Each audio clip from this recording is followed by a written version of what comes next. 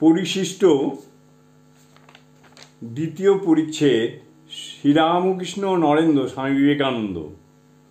নরেন্দ্র কর্তৃক শ্রীরামকৃষ্ণের প্রচার কার্য।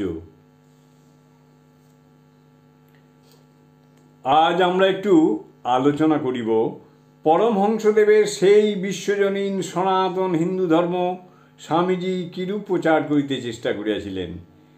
Relation of god.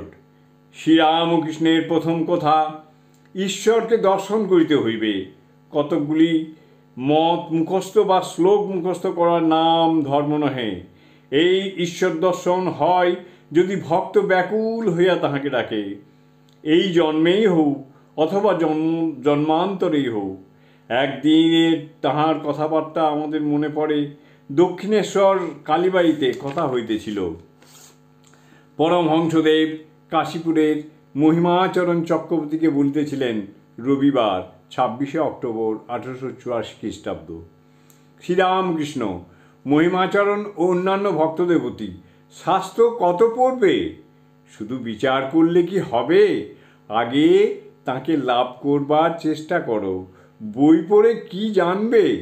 যতক্ষণ না হাটে পৌঁছানো যায় ততক্ষণ দূর হতে কেবল হো হো শব্দ, হাটে পৌঁছিলে আর এক অন্যরকম। তখন স্পষ্ট স্পষ্ট দেখতে পাবে, শুনতে পাবে। আলু লও, পয়সা দাও। বই পড়ে ঠিক অনুভব হয় না, অনেক তফাৎ। তাহাকে দর্শনের পর শাস্ত্র, সায়েন্স সব খড়কুটো বোধ হয়। বড়বাবুর সঙ্গে আলাপ দরকার। তাঁর কখানা বাড়ি, কটা বাগান, কত কোম্পানির কাগজ, এসব আগে জানবার জন্য অত ব্যস্ত কেন?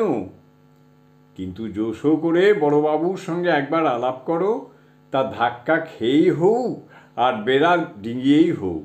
তখন ইচ্ছা হয় তো তিনি নিজেই বলে দেবেন তাঁর কখানা বাড়ি, কত বাগান, কত কোম্পানির কাগজ। বাবুর সঙ্গে আলাপ হলে আবার চাকর দারোয়ান সব সেলাম করবে।